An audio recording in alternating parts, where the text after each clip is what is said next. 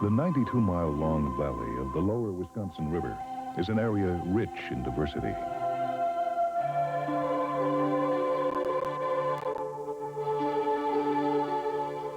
Not just natural diversity, but in human diversity as well. Through the ages, it's inspired an amazing range of expression about our place in the natural world.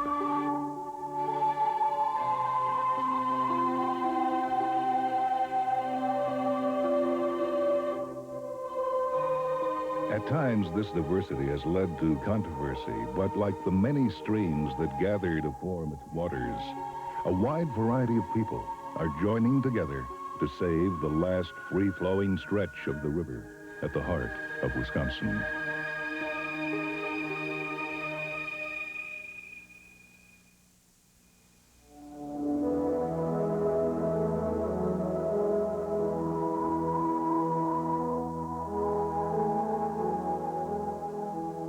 The lower Wisconsin River. Why lower? Is this an artificial boundary imposed by human politics? It is not.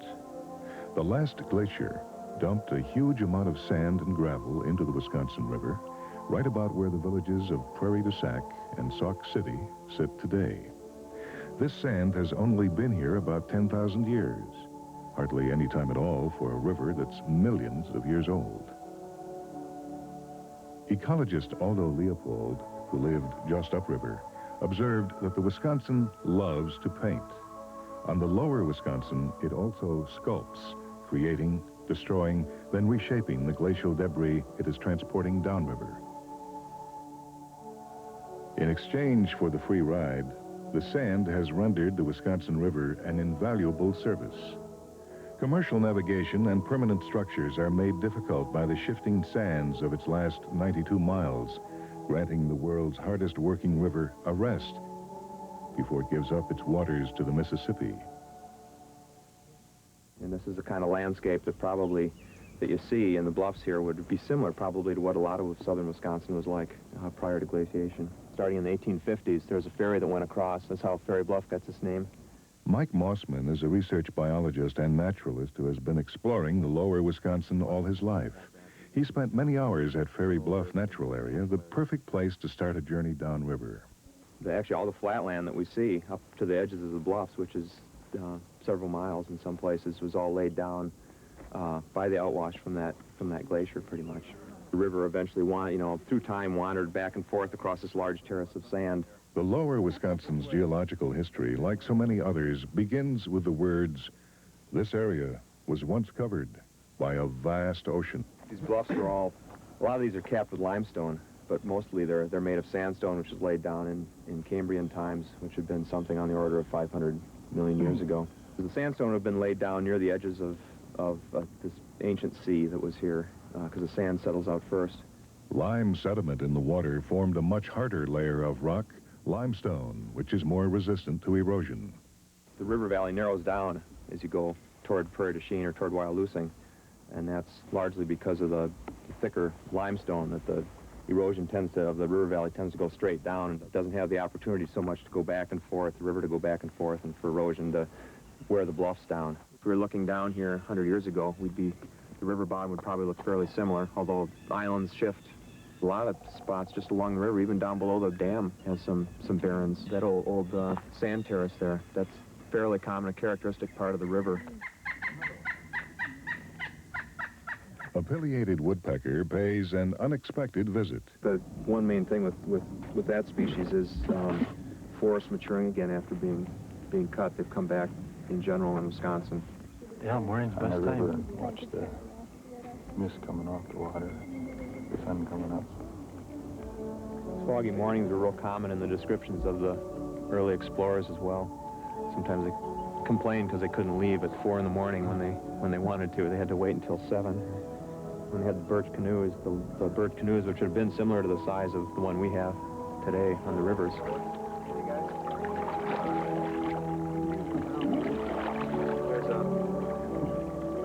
Its bluffs may exist in a time scale that encompasses millions of years, a span of time unfathomable for most living creatures.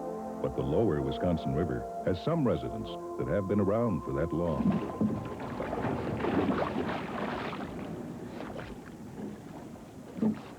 Jurassic Park right here.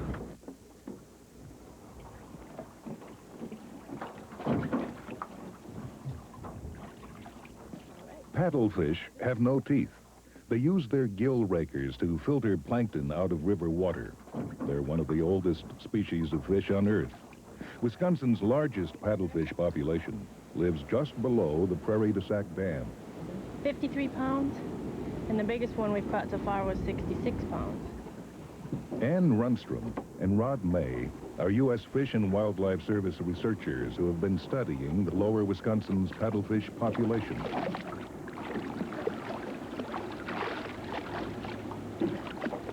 There you go. Catch you later. Glad to know ya. Their main goal is to estimate how many paddlefish live below the dam. We do that by marking fish and then counting the number of recaptures. We also are determining size, structure, like the number of small and large fish. The researchers estimate that there are 1,200 members of this threatened species living between the dam and the Sauk City Railroad Bridge, 3.5 miles downriver. Many of these are over 5 feet in length and weigh in excess of 60 pounds. They don't have any teeth, they don't have any spines to poke you like a catfish. They may weigh 60 pounds, but they can't hurt you unless they slam you up against the bottom of the boat or something. You know, you're talking 60 pounds of thrashing muscle, I mean, but they couldn't hurt you. I mean, you know, they're pretty gentle, really. Gentle giants. Got a bump. I think we got him. We got him. We've caught one small paddlefish, one under 5 kilograms, but that fish is probably 4 years old already. It's an indication that they may be reproducing in this area. They like flooded gravel bars, and you know, there are some gravel bars in the Wisconsin River, and they probably use one for a spawning site, but to prove it, you have to be there, you have to observe. A paddlefish spawning site on the Osage River in Missouri is the only one that has ever been observed. The paddlefish's finicky reproductive behavior doesn't help its tenuous status in Wisconsin. You know, they can be just full of eggs, but they won't spawn unless conditions are exactly right. They're very cued in on environmental factors as far as spawning. They have to have a substantial increase in flow at the right water temperature. Siltation in spawning areas, dam construction, and water pollution have greatly reduced the numbers of this once common fish in Wisconsin. So has overfishing. You know, a lot of people call it a spoonbill catfish, but it's not even close to a catfish. I mean, it's not even relative. Paddlefish are closer to sturgeon than any other fish. And like sturgeon, their populations in some river systems have been decimated. It seems that, you know, for some reason or another, that the real primitive fish, you know, provide the best caviar. Prime source of caviar is the sturgeon. Next in line is the paddlefish. You know, so if you kill a female, or she's, you know, gone from the resource forever, you know. Paddlefish don't reproduce until they're 8 to 10 years old. Fishing or snagging for them is illegal in Wisconsin. But in some parts of the United States, they're commercially fished and sold as boneless catfish. Look at it, that's a hook. Got a hook here. You know, the barb has healed over. You know, the part we got, you can clip it off. The hook is not removed because this could reopen the wound to possible infection. It most likely belonged to someone fishing for walleye with a light test line. And hopefully she'll be okay. Think somebody cut the line when they saw it? No, I think the line broke. These scars were made by silver lampreys, parasites that have been attaching themselves to paddlefish for millions of years. I'm more concerned about the prop scarring. We've seen some pretty nasty scars that you're amazed that the fish is still alive. That's probably the main cause of mortality for fish in this area. If they go slow enough, the fish will get out of their way, but they have to go pretty slow. We've seen most of the fish congregating right in this area above the vegetation, submergent vegetation.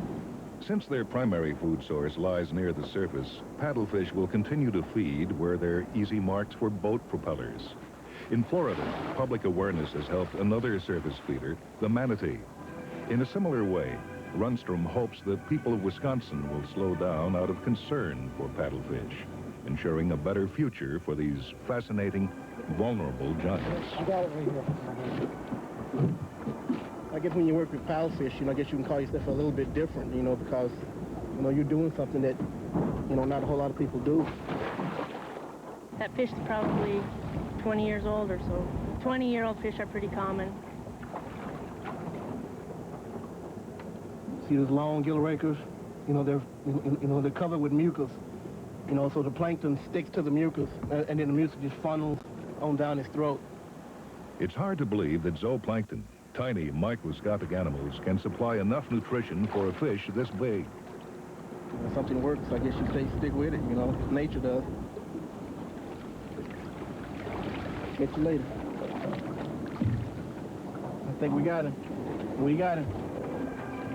Most of the anglers here, they look at them as a nuisance fish. When actually, they don't realize, probably what they're looking at. I mean, this is, part of history that it'll be here after all of us are gone, probably, if we let them.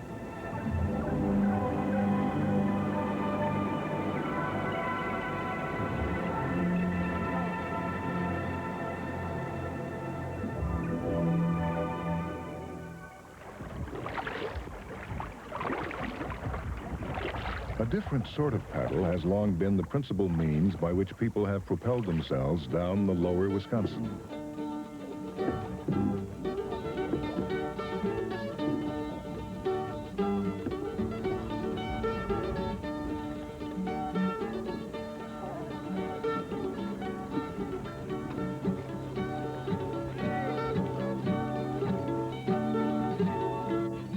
If you look at the islands out here, you'll see the islands are being worn down generally on the upstream side and being created on the low stream side where sediments are accumulating. The islands tend to just, with time, even the forested islands, move downstream. During the time that I lived here, we probably lost 200 feet or better river frontage on our property that we used to have. It has changed a lot because this long stretch was not here before. This was just an island here. There was an island about where the yellow boat is right now. Pretty good sized island, but that's all washed away. Tom Gans grew up on a lower Wisconsin farm immortalized by a frequent visitor. Augie Derleth used to do a lot of hiking, listening to sounds of nature, birds, night birds. Once when we were real young kids, me and my cousins, we snuck up on the hill when he was out walking. He heard a lot of weird sounds that night. I don't think he had a name for any of them, but maybe one. People around the Sauk Prairie area of the lower Wisconsin still remember August Derleth, if not for his writing, which was nationally recognized, then for his unusual habits, which included long walks around its intimate valleys and marshes, pencil and pad in hand. This voice was old when time began for the first mound-building man, for militiaman and soldier, trader, voyageur, for that one who stayed and turned new fields till he was done, and gone to ground to be alone with this bird singing on his stone. His unnumbered generations sing here still, across the field from hill to hill. Indians gone and whites grown soft and old, and whippoorwill tells the story told time immemorial from roof and rafter, and never asks to know when men have gone what comes after. When you cross this section, you're entering into Derleth land. Kay Price worked for August Derleth from 1968 until his death in 1971. I think he had more of an intimate relationship with the Wisconsin River than just about anybody, and he wrote more about the history of the Wisconsin River than I think anybody has, even 22 years after his death. The lower Wisconsin was also a favored haunt of famed naturalists Aldo Leopold and John Muir. But Derleth's observations encompassed an entire lifetime. Og used to come down here a lot and sit on the trestle. There were different favorite spots he'd like to go. And he did a lot of his creative work here. He always brought a notepad along and his pen. He listened to the sounds, recorded them, counted the birds, when they arrived, where they were. He did a lot of his writing here, especially poetry. and there's a special sense of walking around here, around the tracks, along the trestle, and seeing the places that inspired Derleth to write such lovely poetry. Ken Grant is a Derleth scholar who teaches at the University of Wisconsin Baraboo Center. One can see in his poetry a linking of nature and time and place. I think in a lot of what Derleth writes, he looks back. He looks to the past, and sometimes people think of Derleth as being an old-fashioned writer, but when you come out here and you think about his nature poetry, he was really ahead of his time. Many of his 150 books garnered excellent reviews from the national press. He received a prestigious Guggenheim Fellowship in 1938. He was H.P. Lovecraft's publisher, but Derleth forsook the literary capitals to stay in Sauk Prairie. Derleth had an ambitious plan that he set forth in his Guggenheim application to write 25 works that would cover the development of this area along the Wisconsin River from the 1820s to the 1950s. 38 were published, and if you read through them, at the very heart of all of them, the river runs through them.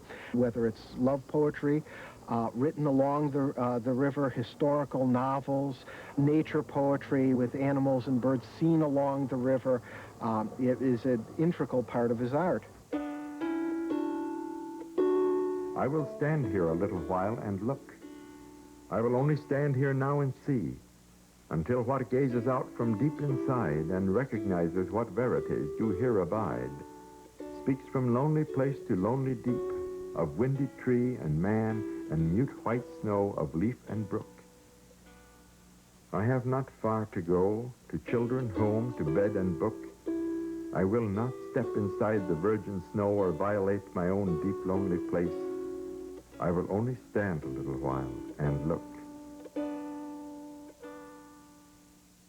One of the reasons that there is so much renewed interest in August Derleth right now is that people are starting to recognize that he really is a voice for the environment. He spoke about it a long time ago before it was popular. And I remember he used to say, perhaps it's only fitting that man will destroy himself, for he surely intends to do it. Well, I was reading Walden West a couple of days ago, and I was struck by the fact that Derleth talks about the river breathing. And in a lot of his works, it's almost alive. He talks about the musk of the river and how you can sense it in the morning, in the evening. And walking along the tracks here, I think at certain times you can smell the river breathing. And there's a real truth to what he says. Derleth's books were often visualized by Frank Upedal, a woodcut artist from just downriver in Mazomanie. They worked together in about 18 books. They had a tumultuous relationship. Both of them lovers of nature, both of them extremely talented, both of them struggling artists trying to make enough money to survive. He'd won a number of awards, was shown at the Whitney Museum, the Art Institute of Chicago. He had developed a reputation, perhaps not known here locally, but a national reputation. His works beautifully match August Derleth's works as well. They seem to fit together almost seamlessly. These weathered walls with all the hay inside give tenantry to more than ever filled a village 20 times as long and wide. Of mice, unnumbered generations have lived here, and sparrow families have filled its rafters many a year. It humbles one to know how industriously mice and birds have used up time and gone through 300 generations of genes and chromosomes, while man has scarcely got the fit of flesh on bones.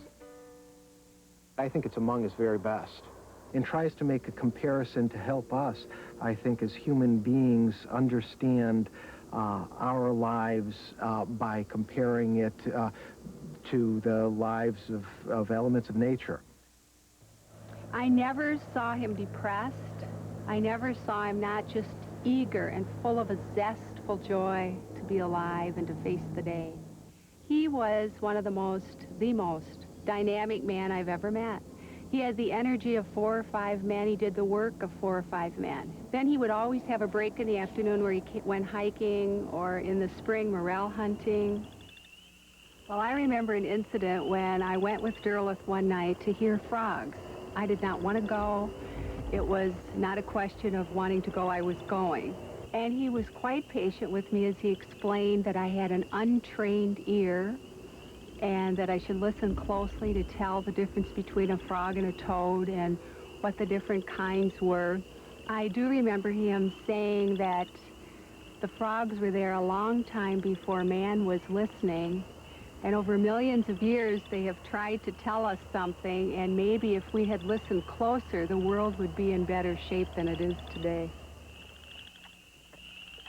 The wisdom of frogs and other insights into nature became evident to August Derleth during his long walks along the lower Wisconsin River.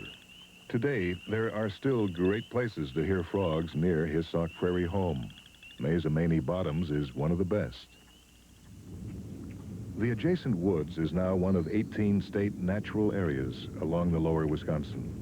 Mike Mossman's appreciation for the bottoms is plant-based. And even though this marsh is sort of artificially created, it's pretty much natural vegetation out here. And burreed is one of the species that's, you know, considered a pretty good, an indicator of a pretty good marsh. Burreed here serves as nesting habitat for species like marsh wrens and redwings and species like rails. Grows sort of like cattails, but cattails can be a problem. In some areas they've you know, taken over marshes, especially where water levels have been manipulated too much. But not on the lower Wisconsin, according to Mossman. Most of the marshes here are in good shape, really. Thanks to farmers, thanks to nature for flooding everything here every year. Floods are disasters in some places, but in marshes and the adjacent bottomland forests, they are necessary. One thing that maintains the silver maple and keeps other things out and allows silver maple to continue is periodic flooding. And this stuff was all underwater this spring. The silver maple is emerging as the characteristic tree of the bottomland forests because the American elm has been devastated by Dutch elm disease. Dutch elm, the beetle doesn't generally attack smaller trees.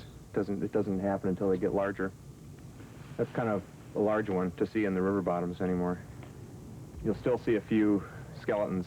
Most of them are fallen down, but you'll still see the openings that have been created by them, and certainly changed the bird life in the bottoms as a result. One species that seemed to benefit from that, from the death of the elms, was red-headed woodpeckers, and a lot of those elms were perfect for red-headed woodpecker nests. Most people assume that woodpeckers feed exclusively on wood-boring insects they extract from trees. But the red-headed woodpecker is adept at pulling flying insects out of the air.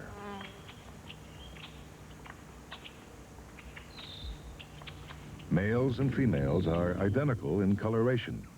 Their young begin life with dusky or gray heads, but even at a few months of age, they are skilled flycatchers.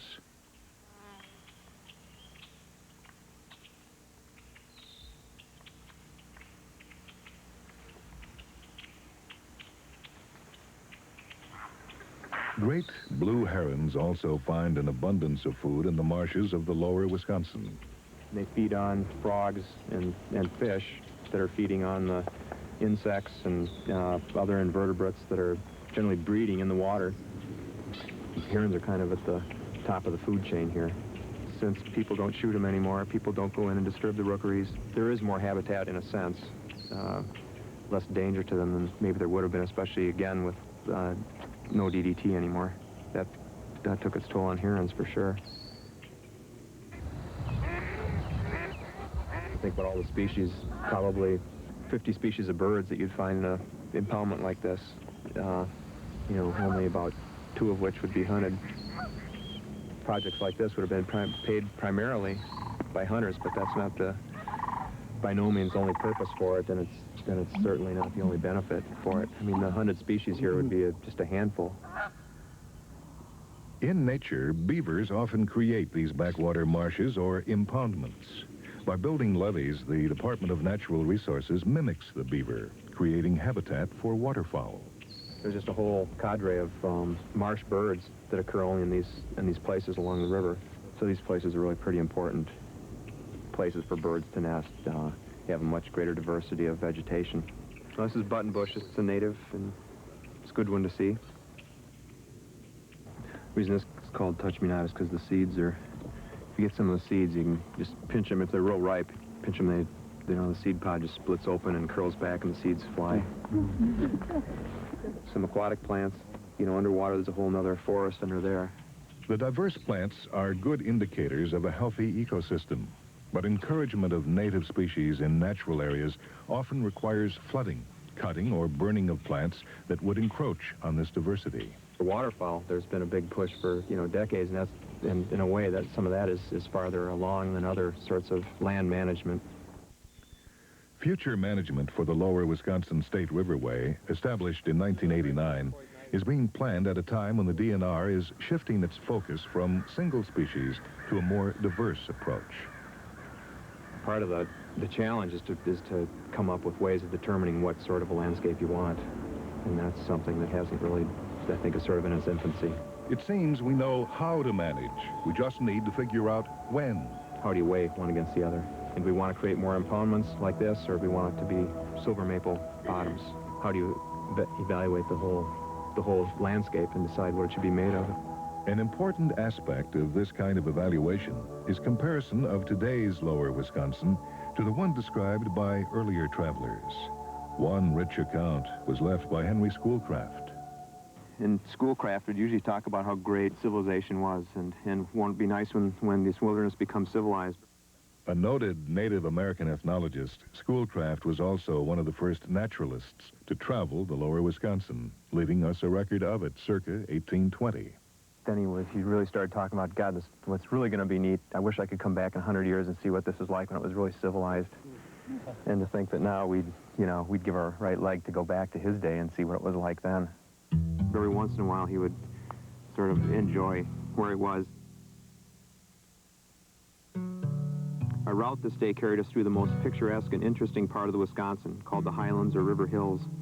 At 3 o'clock, we put ashore for dinner in a very shaded and romantic spot. Poetic images were thick about us. We sat upon mats spread upon a narrow carpet of grass between the river and the high perpendicular cliff. Green moss had covered the face of the rock and formed a soft velvet covering against which we leaned. The broad and cool river ran at our feet. Overhanging trees formed a grateful bower around us. Alas, how are those to be pitied who prefer palaces built with human hands to such sequestered scenes? What perversity is there in the human understanding to quit the delightful and peaceful abodes of nature for noisy towns and dusty streets? Well, that's out of character for him, but makes sense. Okay, this one is by Thomas McKenney. He was Schoolcraft's boss for a while. Here on the Wisconsin are sandy shores and sandbars, islands rolling and verdure-capped shores, hills and mountains, with valleys of the richest green, in which there would seem never to have been a war, even of the elements. These again were relieved by miniature representations of the pictured rocks of Lake Superior, meaning the cliffs. The first Europeans to venture down the lower Wisconsin accessed it via the Great Lakes, sparking comparisons between the two. In 1835, English geologist George Festenhaw, some call him Fanshawe, was quite impressed with the river and the area south of it. America will justly boast of this unrivaled spectacle when it becomes known, for certainly it is formed of elements that no magic could enable all Europe to bring together upon so great a scale. Every moment produced a new excitement. Must have been like that over all of southern Wisconsin almost. Aside from the river bluffs in the prairies, the river corridor itself, the floodplain, has changed very little compared to the whole rest of the state. As if to punctuate this, an osprey appears over the postmodern voyageurs. Got a fish.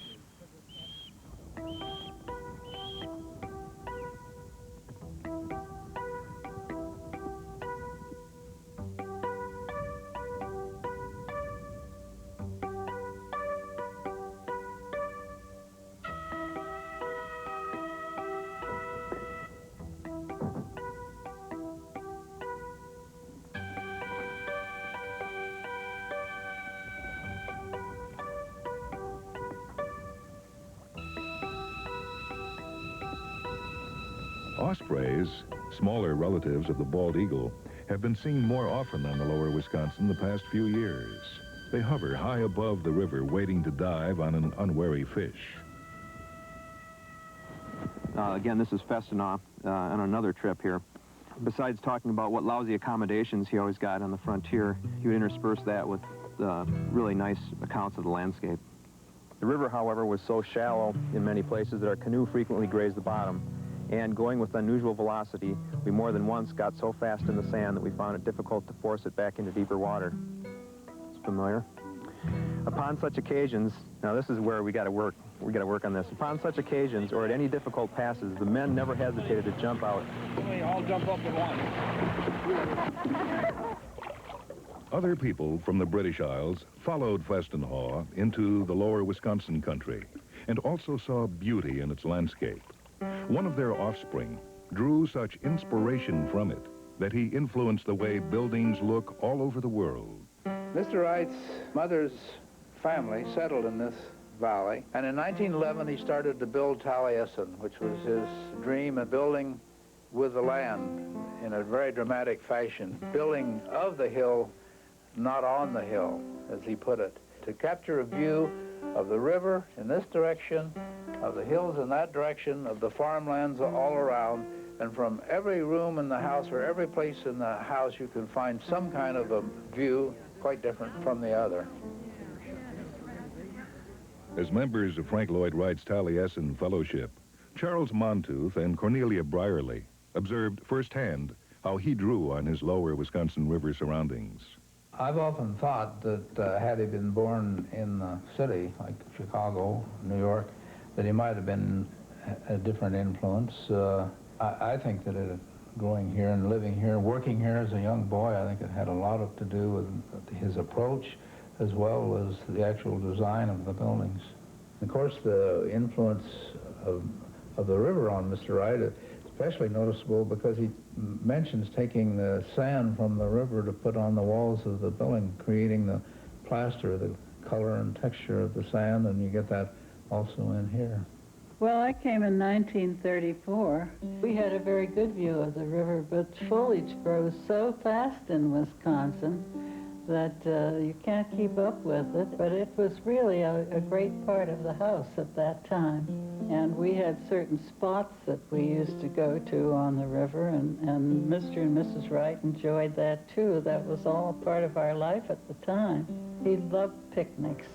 He was just great on picnics, and he was constantly proposing one. Wright is remembered as an imposing international figure, but he was also a Wisconsin River local who seemed to relax in this country, as did the young architects who studied with him. Occasionally somebody would get dunked in the river or we'd get sunburned, but we used to have, well, we still do have picnics. He knew so much about the foliage here, and he knew all the flowers. He knew, in fact, the Latin names of most things. The wood lily that grew in the meadows was such an important thing to him, seeing this bright red spot in the meadow, that he used that as his insignia, making the red square in that orange-red color. Here was something that I think appealed deeply to a lot of people, this idea of being out among nature in a building that looked like it belonged there, and yet it was distinctly was an architectural statement. But I'm always struck in looking at his work by how much he connects to a very particular Wisconsin landscape. William Cronin is a University of Wisconsin environmental historian who has written about Frank Lloyd Wright and nature. If you look at the church behind me and look at the way the limestone is laid in the walls of this church, it's not just a set of rocks laid randomly on top of each other. It's rocks laid to form and to evoke the strata of the bluffs along that river. What's striking about Wright is he uses that same bedding pattern, that same way of laying rock wherever he works. When you go to Falling Water in Pennsylvania, you see that same bedding plane, that same flat line. So he takes a sandstone in Pennsylvania and turns it into a Wisconsin limestone, a Wisconsin dolomite. Clear proof of how powerfully this Wisconsin landscape imprinted itself on his sensibility. His buildings evoke natural materials beautifully. One sees rock, one sees wood, one sees all sorts of raw materials being used in ways that show us the natural substance. But what Wright meant by organic was not again, wild nature. What he was about was trying to get at the organic vision of integrity, of unity that lay behind the surfaces of nature. And he teaches you to read those substances, to see the landscape, to see the building as an expression of the landscape that is beneath it. When people think of Frank Lloyd Wright as an architect of nature, they very often get confused about what one means by nature. For many Americans, particularly for environmentalists, our notion of nature is a wild nature, wilderness. And that's not what Frank Lloyd Wright was drawn to at all. What he really enjoyed working with most was the pastoral or the suburban, but especially rural agricultural landscape. He was not a person who had any hesitation about modifying nature quite radically to express his vision.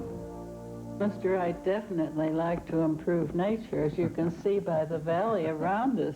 We had a young man that drove a bulldozer, and he loved to get out here and reshape the hills and clean things up. But he got his ideas from observing nature. The great limb of this oak tree that's cantilevered from the tree and bears tremendous weight. The bird walk is sort of like a limb of a tree. Your eye is extended out into the landscape. And also, you can see how Mr. Wright used the stone in walls that extended the house into the garden. And you can see how the steps fade into the landscape here. Perhaps you can see here where the steps fade into the hillside. So he was constantly integrating the architecture with the nature around it. I think a lot of the inspiration for a lot of the people that have been building into the hillsides and all have come from these buildings here. There are surprises, and changing seasons, changing light is always interesting too, always create something new. Here, I don't have this great thirst to be outdoors. We're in this kind of indoor-outdoor situation, and your eye's always being carried outside. And so somehow your spirit's also sort of going outside also. Sarah Robinson is an architecture student at the Taliesin Fellowship. The placement of that reflecting pool is right outside the window, so when you look outside the window, your eye is carried out into the garden by way of water. But also when you walk around, there's all these sensual experiences of sound and the wind going across the water and the different elements that are tied in to the site around here, which is just wonderful. He sites his building so that if there's any water nearby, be it a river or a lake, what have you, somehow that building states a relationship to the water that's out there. So the buildings that are along the Wisconsin, like Taliesin, all of them are powerfully connected to water in the landscape. Probably the restaurant at Spring Green being a particularly striking example of that, where the building is right on the water.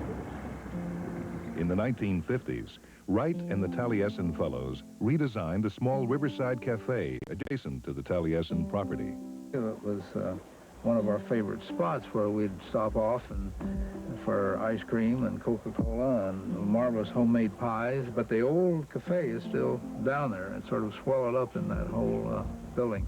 Mr. Wright obtained some steel from a dismantled aircraft carrier down at Great Lakes, and two big girders he placed from one rock to another, and the long, narrow shape of those girders and the shape of the restaurant, of course, provided a maximum viewing of the river from the seating in the restaurant. Members of the Self-Sufficient Fellowship had been raising their own food for years. Wright's idea was that they would also raise it for the restaurant. He supervised the initial phases of construction, but it wasn't completed until 1968, 9 years after his death. Today, the building serves as the Taliesin Visitor Center. Sarah Robinson was in charge of its 1993 remodeling. In restoring the Spring Green restaurant and changing it to a visitor center, we took down the coat room and returned that visual and spiritual experience of seeing the river right when you step foot into the restaurant.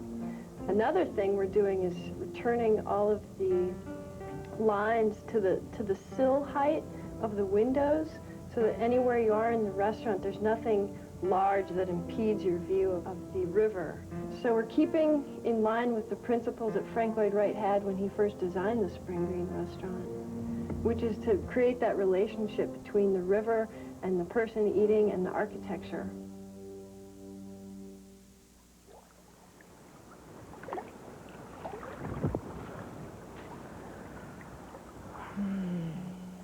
For some, it provides artistic inspiration. For others, going to the lower Wisconsin is a spiritual experience. River, you are sacred. River, you are our friend. River, you are our teacher. Be with us. Be in us. Guide us.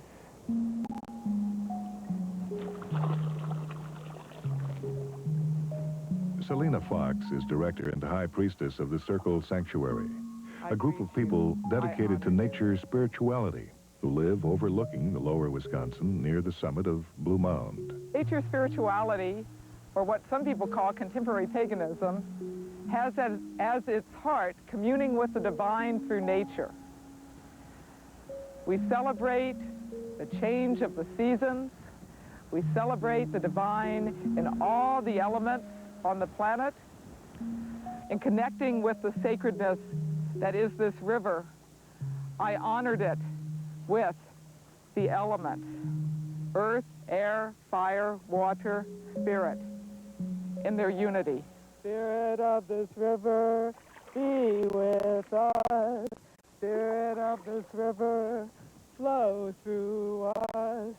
Spirit of this river, flow through us. The Wisconsin River is a very special place for me.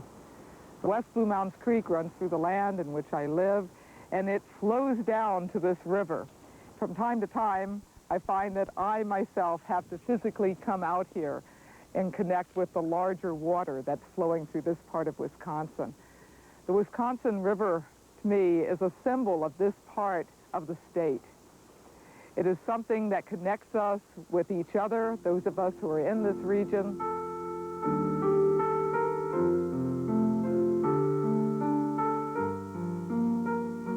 This river, it seems oblivious to human differences. It does not prefer one community to the other, one religion to the other. It doesn't prefer canoeists to hunters, to poets, to philosophers. It seems to welcome everyone. And we all find a place on the Wisconsin River. It may seem that a Christian minister like Pastor Larry Collins and a pagan high priestess share very little in their approach to religion. But the river seems to wash away their differences. Something about a river that it is also a symbol of time and eternity.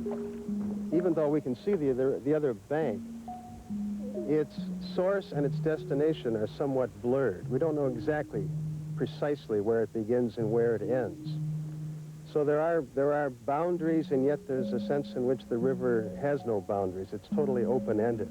We sit in a place in time, and yet there's an eternal quality to the river. Another symbol that rivers often have connection with is the time span. The whole idea of time as depicted by a river, and one's journey through life as a journey down the river of life, encountering new experiences around each bend. In the Bible, rivers are most often described as places of peace and prayer, symbols of stillness and serenity, the evidence of God's blessing and renewal. The beauty of being baptized in a river is that it conveys the meaning of grace. At the heart of that concept is the message that your sin and guilt has been washed away. It's carried away forever. A very powerful self-healing ritual that one can do is to come and sit by the river and experience the beauty of the river. And as one experiences the flow of the water, to know that whatever troubles, whatever difficulties might be going on within one's own self, that they can flow away, and let the river carry them downstream, dissolve them away. We can look at a river as being a symbol of our feelings, at times peaceful, at times turbulent, but ongoing. So humans can be seen as having a river of feelings flowing through themselves and their lives and their consciousness. The opening passage in Genesis describes the Garden of Eden with a river flowing through it, feeding the garden, watering the garden. The final chapter of the Bible in the book of Revelation describes the vision of a kingdom yet to come, and right at the center of it is a river. For pagans, rivers connect us with water in a large sense. Water is Great Mother, the Great Mother Ocean. We have a chant, love is like a river, flowing from my heart, flowing from my heart.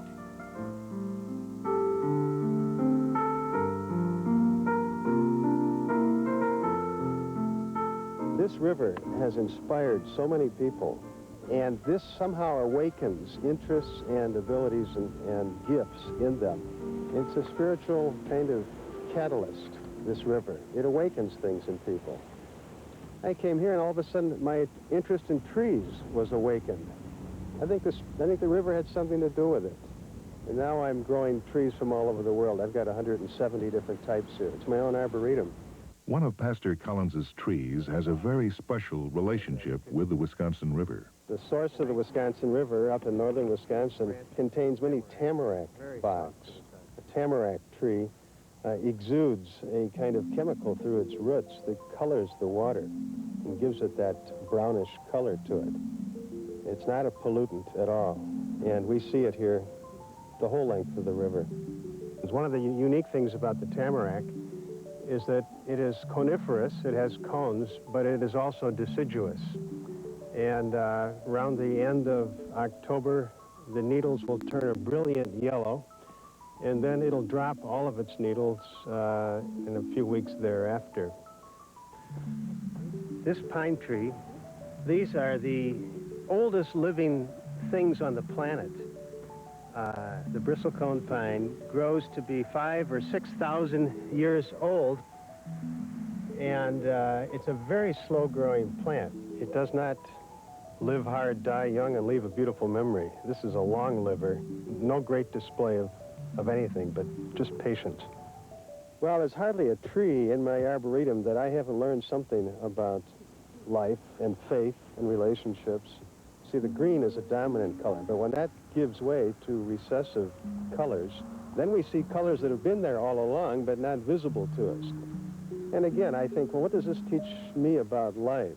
And, for example, if you are so dominated by an emotion, and you finally let it go, if you're dominated by anger, you let it go, suddenly other colors of your personality, other qualities are able to become evident to yourself and to others. This is the American chestnut, and there are very few of these left on the planet. Most of them, over the past century, have been eliminated by the chestnut blight. And there are only a few stands left in the country that have not been affected by the blight. One of them, incidentally, is along the Wisconsin River. These rare, healthy American chestnut trees live in a secluded area of the lower Wisconsin. They would not normally grow here in Wisconsin. This is not their native habitat. They're far out of their normal range. And fortunately, because of that, they're less likely to be infected by the blight. This is the chestnut. Very difficult thing to hold. It's spiny like a porcupine. This is the chestnut that grows the nuts that you roast on the open fire. It's also the spreading chestnut tree under which the village smithy stood in Longfellow's poem. So here, along the lower Wisconsin, is one of the last stands of an American legend. In terms of stewardship of the land, there have been many mistakes that have been made, particularly around the turn of the century when villages and cities planted only one type of tree to shade the streets. Places that relied on elms and American chestnuts for shade were saddened when a disease wiped out virtually all the trees in town. And nowadays, of course, we're doing better stewardship in villages and communities by planting varieties of trees as shade trees. Variety, diversity. People are slowly learning how these concepts work within the natural world. But along the lower Wisconsin, there are also many diverse ways by which people relate to nature. When I moved in here, I was told about the nude beach, a mile and a half or so down from my house. Perhaps as a minister, I should take a stand against it. They need to have a place. It's a big world, and there needs to be a place for them to do that. They have not been people that have disrupted things. They've gone out of their way to not litter, to not flaunt their interests. I guess I can't find anything in the scripture that says you shall not go to a nude beach or that nudity is somehow a sin. Skinny dipping, I think, goes back to the beginnings of the state. Perhaps the original reason was poverty. Perhaps the original reason was that in the old country people didn't believe in suits as... Lee Baxendahl is founder of the Naturist Society, a nude recreation advocacy group. Being close to nature was nothing special, and it didn't need a philosophy. It was just the way people behaved in the early days. And this is something which has happened with Sears Roebuck catalogs and the last decades, that people have felt they had to wear clothing always and everywhere when they go swimming. When Father Louis Hennepin went canoeing through southwest Wisconsin and southeast Wisconsin in the 1700s, he remarked that the Native Americans were stark naked in the summer, except for the buffalo hide moccasins that they wore. So we're in a good tradition, except we now need a philosophy, and we need to be a little bit proactive in order to establish ourselves as naturists in modern Wisconsin. Baxendahl traveled the world to research his guide to nude beaches and recreation. But he frequently makes the trip from the Naturist Society's Oshkosh headquarters to the lower Wisconsin. This nude beach in the Mazomanie Wildlife Recreation Area on the lower Wisconsin is probably the finest and most beautiful large nude recreation area in the Midwest. It's been here for decades. It has developed popularity. It enjoys the understanding of law officials who can make a difference between lewd and nude. It's protected both by seclusion and by tradition as a spot where unwitting individuals are not likely to blunder upon nudity and be shocked or affrighted. Shame of the body is a learned trait. It's a custom. It's a taboo. It's not something which is born with us, and it's not something which has to be with us. So this is one small area in which we're trying to make the 20th century a little bit healthier to live in. You're close to the elements, you're close to the sun, you're close to the water, you're close to the breeze. By becoming a nude person in appropriate outside surroundings, you shed the last veil or armor between yourself and nature. You can take it in and you can express it out, and you are as vulnerable as every other creature on this earth, and that's how you should be.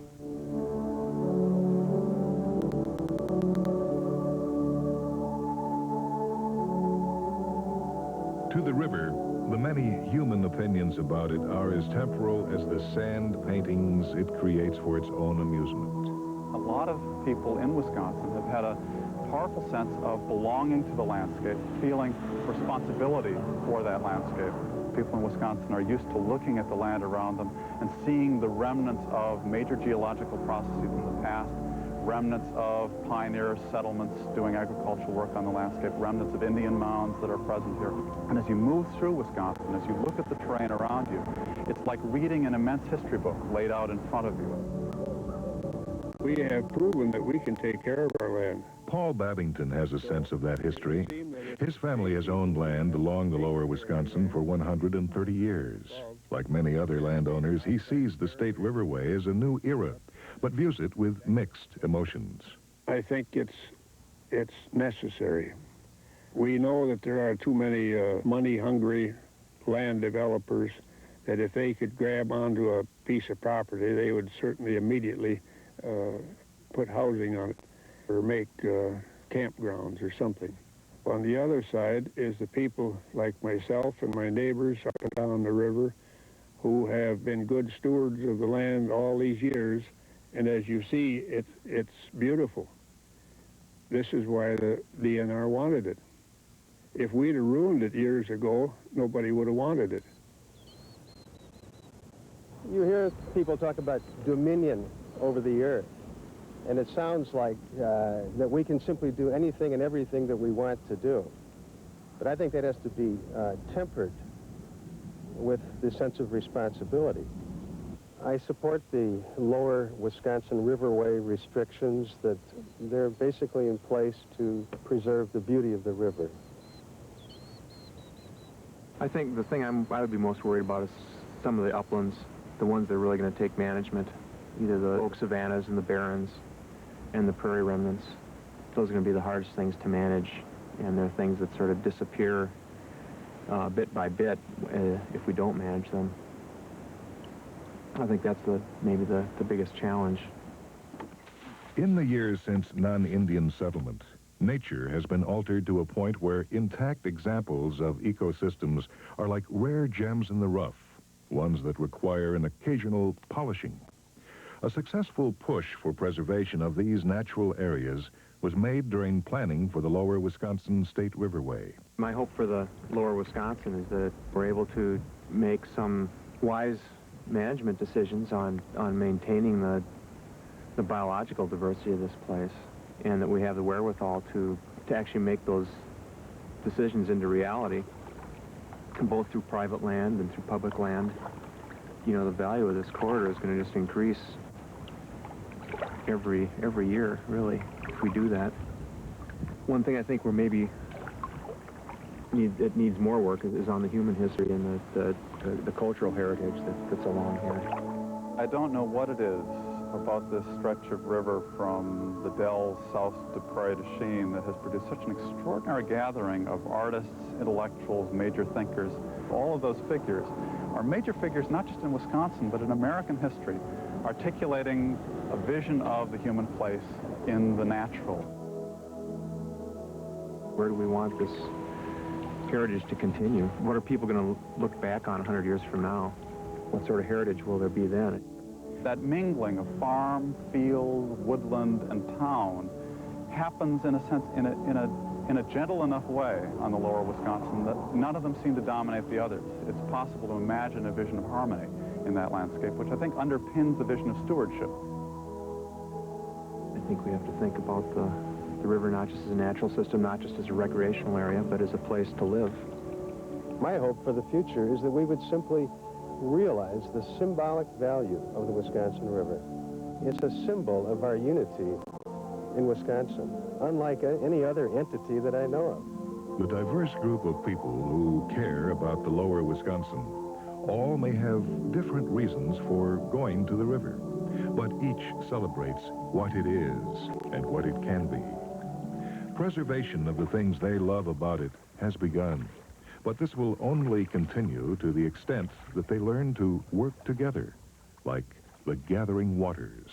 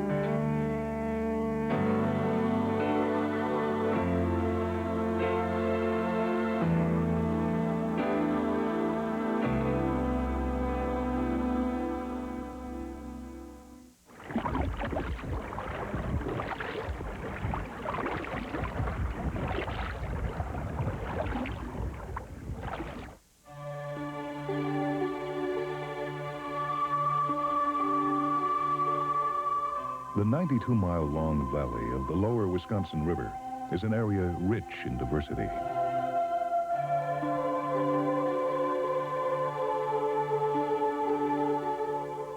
Not just natural diversity, but in human diversity as well.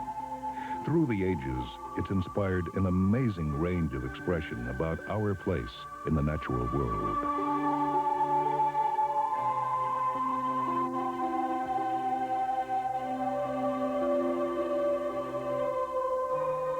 At times, this diversity has led to controversy, but like the many streams that gather to form its waters, a wide variety of people are joining together to save the last free-flowing stretch of the river at the heart of Wisconsin.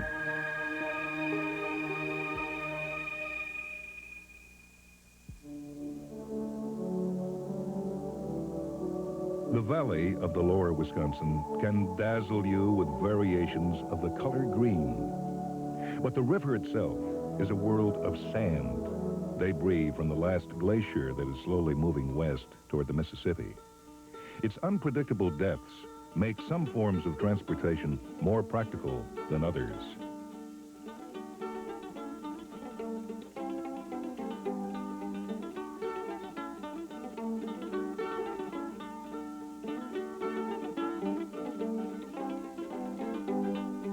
Paddling, as far as a way of getting around on the Wisconsin River, was used for quite a few centuries before we started putting motorized craft down through here.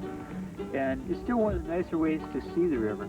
One of the common misunderstandings is that canoes are tippy. In fact, what it is that we, the cargo, are heavier than the canoe. The canoe itself is pretty stable. Most of the time when people fall out of the canoe keeps going happily ever after.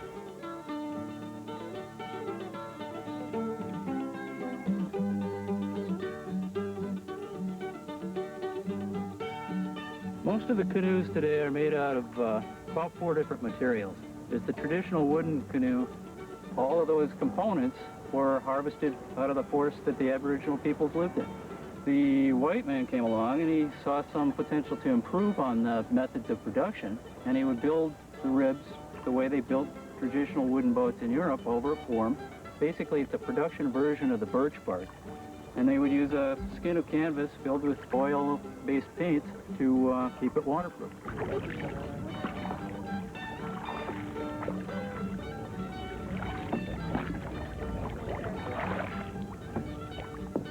With kayaks, they're somewhat different stories than a canoe because they're actually more stable than most canoes. One of the mistakes that people make when they start paddling kayak is they think that they have to use their arms a lot. We're much stronger through our torsos, both with canoe and kayak. Fiberglass boats, like you see here, came around after World War II. One of the advantages of the materials was they could shape boats with much finer lines, and they could also make molds that would allow them to produce them rather quickly. Then there's the aluminum canoe. That again showed up after World War II. The industry that had been making airplanes had extra tooling and extra production capabilities, and they were looking for some other market to get into after the war, so they started building aluminum canoes. They pretty much revolutionized the canoe industry.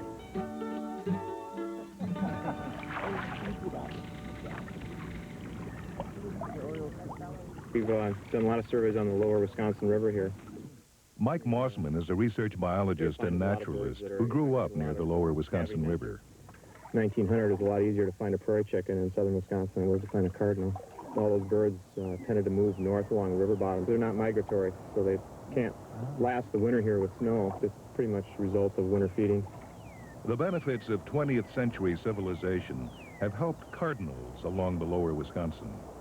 But until recently, another species was in serious decline. They were absent from southern Wisconsin for at least 30 years before they started to nest again. They almost always nest in large trees, either dead or alive. And this is a good reason to keep some of these trees around. Bald eagles set up nests here at the end of the winter, and these are probably some of the same birds that spend the winter on the Wisconsin River. During open water, their numbers are scattered between prairie du sac and spring green. And when it's warmer, they might roost right on the river. But when it's colder, at dusk, they head into the secluded valleys along the river to roost. Plentiful food attracts as many as 200 bald eagles to the Sauk Prairie area during the coldest part of winter. But due to the devastating effects of DDT, no successful nests were seen along the lower Wisconsin from the 1950s until the 1990s. These days along the lower Wisconsin, there's at least 6 pairs, and the numbers are increasing.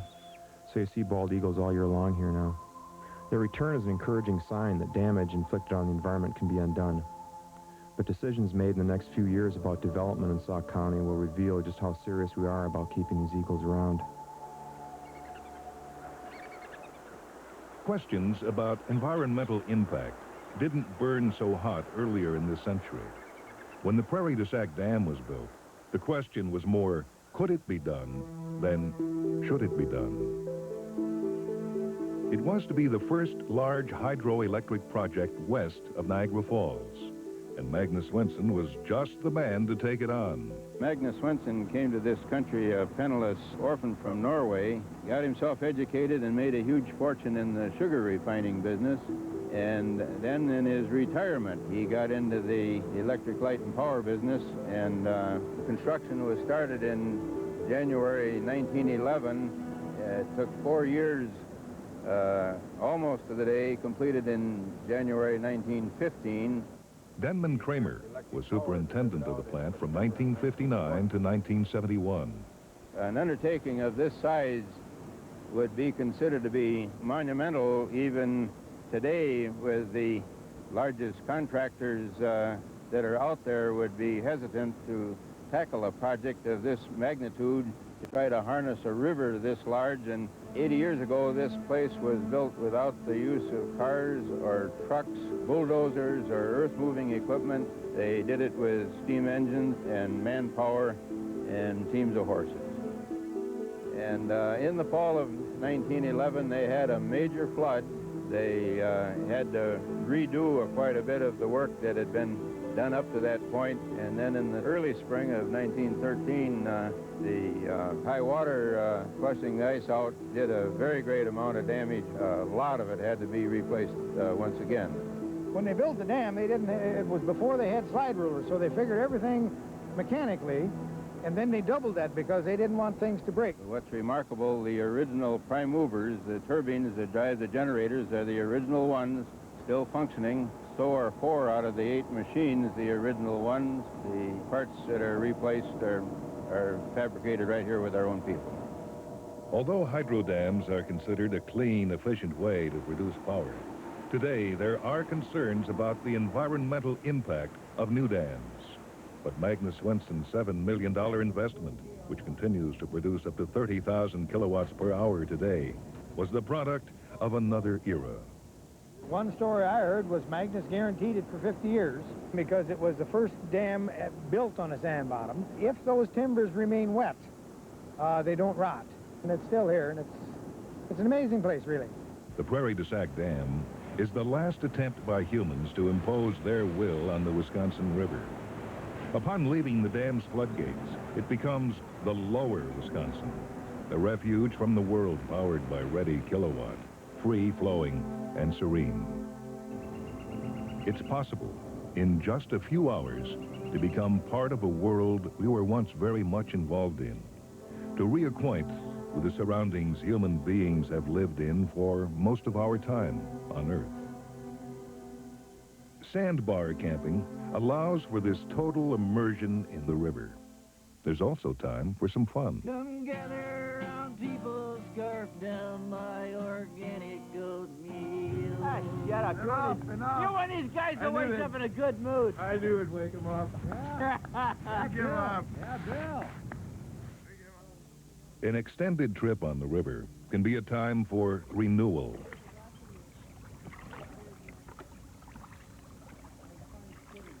It can also be a time to make new acquaintances. I was born a couple hundred yards from the river, and I have never moved yet. There's 5 generations of us lived there. I guess we didn't make enough money on that doggone pile of sand so we can afford to move, but something draws you to this river, and I don't know, I guess it's in your blood. Bill Wanek has a farm along the lower Wisconsin near Port Andrew.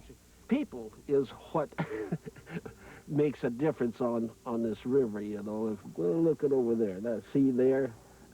I can't blame them people for wanting to live on the river, but if you just keep that going and going and going, pretty soon you just got a bunch of cabins on each side of the river, and what good does that do to somebody that's wanting to look at it?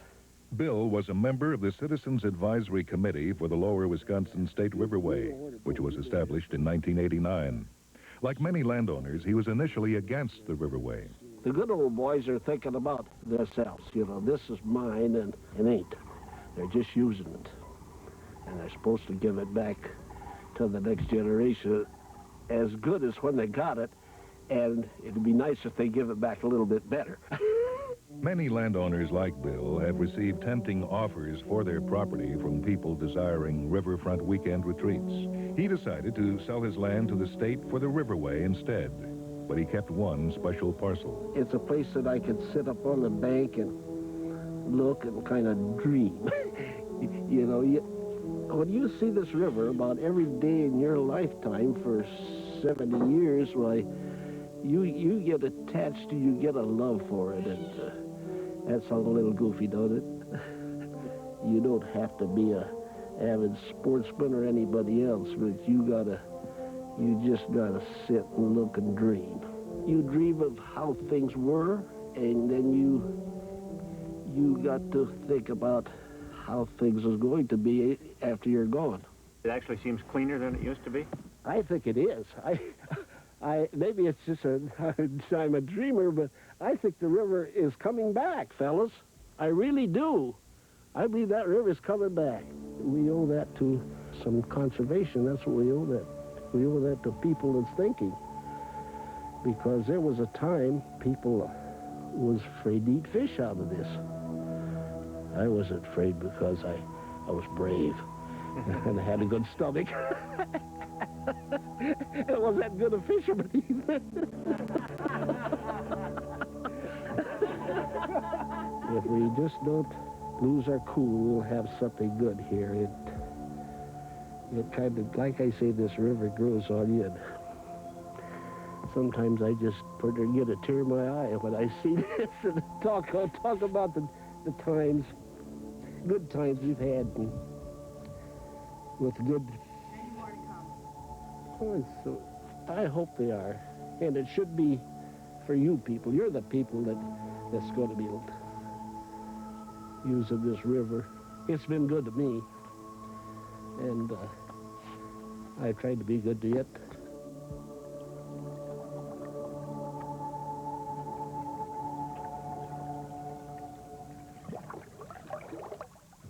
Well, I think the fact that the people of the state have chosen to establish the Lower Wisconsin Riverway to protect almost 80,000 acres in a rapidly developing part of the state is a testament, a credit to the people of Wisconsin. State Representative Spencer Black worked for many years to get legislation passed to protect the Lower Wisconsin. I thought it was so important that we not let the opportunity slip away to protect this tremendous environmental resource that we had left in southern Wisconsin. I mean, we could not recreate it, we could not buy it at any money if we let inappropriate development degrade the environment and destroy the wildlife habitat along that river. Because development threatened it, we had to take action to protect that for the future. And I think when we started out, some of the local landowners, like Bill Wannick, were over here, and the Sierra Club was over there. But in the end, I think both groups came to understand the other's concerns and see some validity to them.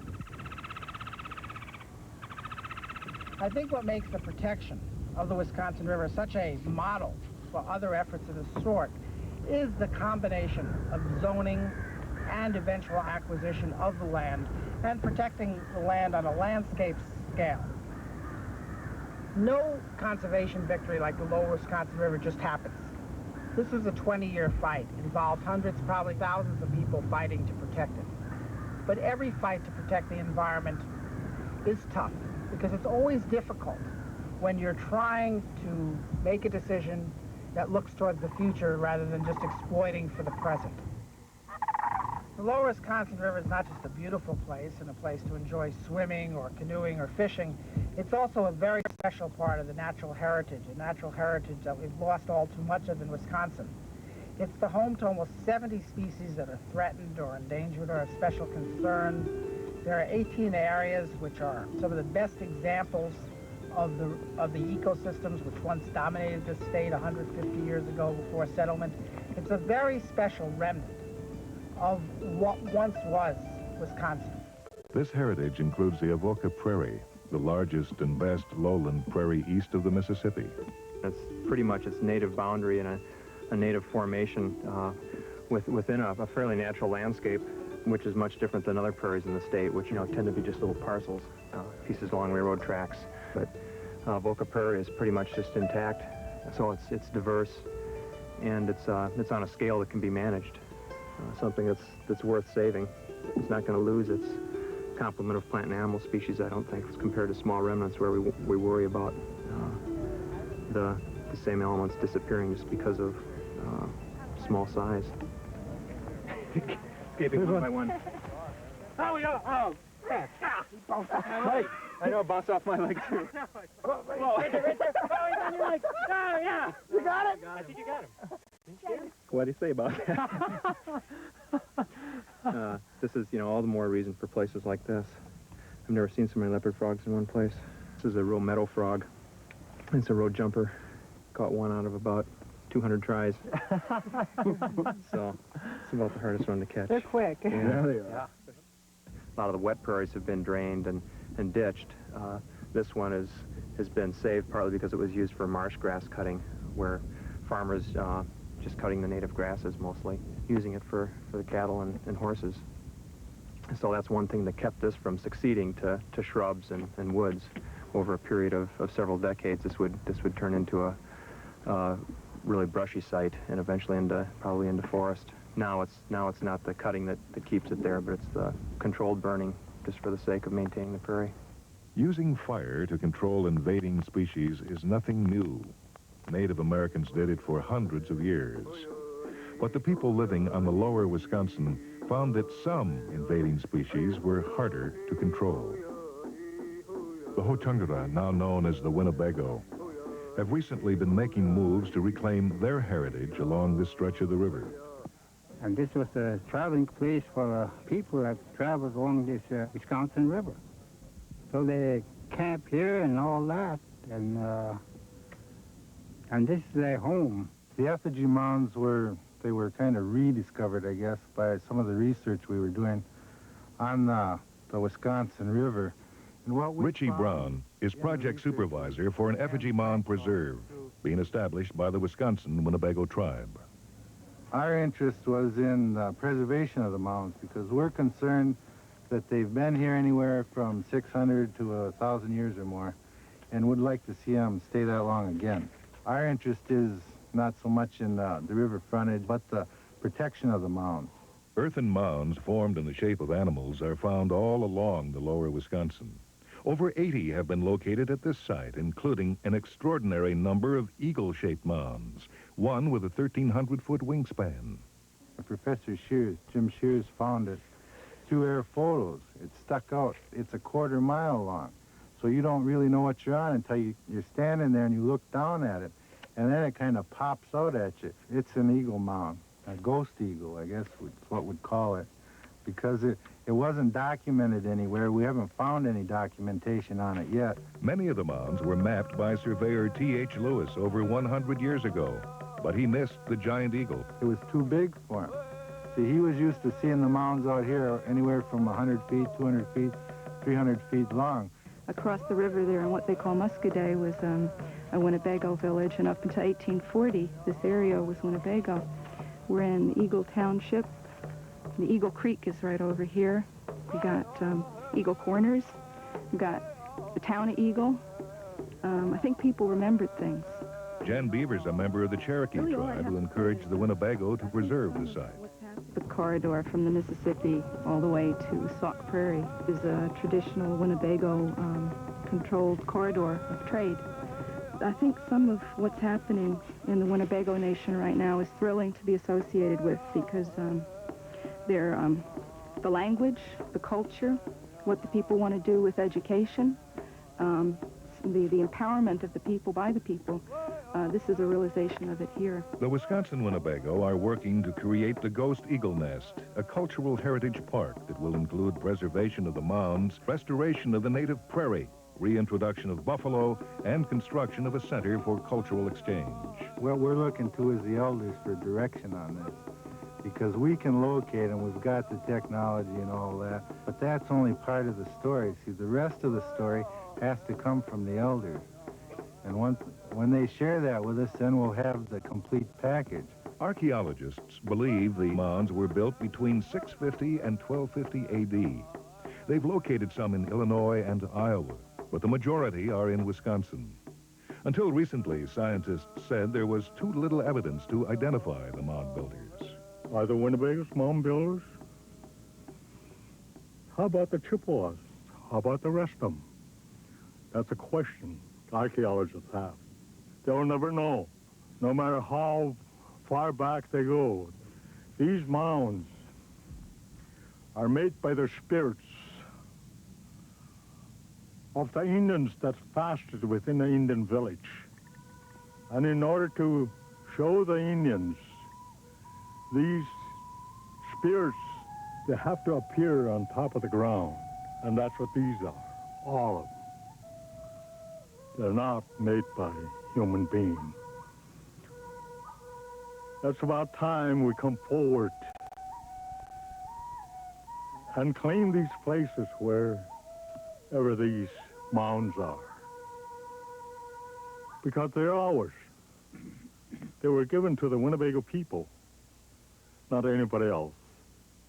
Paul Radin was an anthropologist that worked amongst the Winnebagos all around the turn of the century. And the Winnebago elders told him that some of their ancestors built effigy mounds. Science has proceeded from that time to the point where we became so sophisticated and so scientific that we knew that Paul Radin and therefore the Winnebago elders were quite incorrect, that it was not the Winnebagos that built the effigy mounds. More recently, however, and this is a testimony to the way science works, we're beginning to find out that we may very well have been wrong. I really am grateful that the Winnebago people have stuck to their guns all these years, because I'm one of those archaeologists that is beginning to perceive that they were correct, and well, let's not say that we were wrong, we just didn't know enough to know that we weren't right.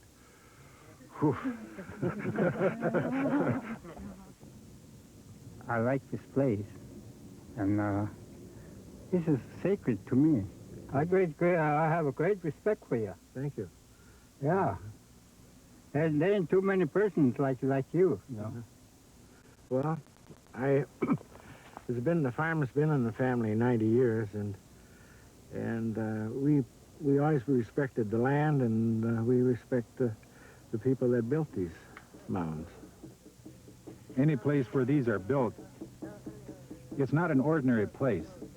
This is probably the tail end of it, really, of all the significant mound sites.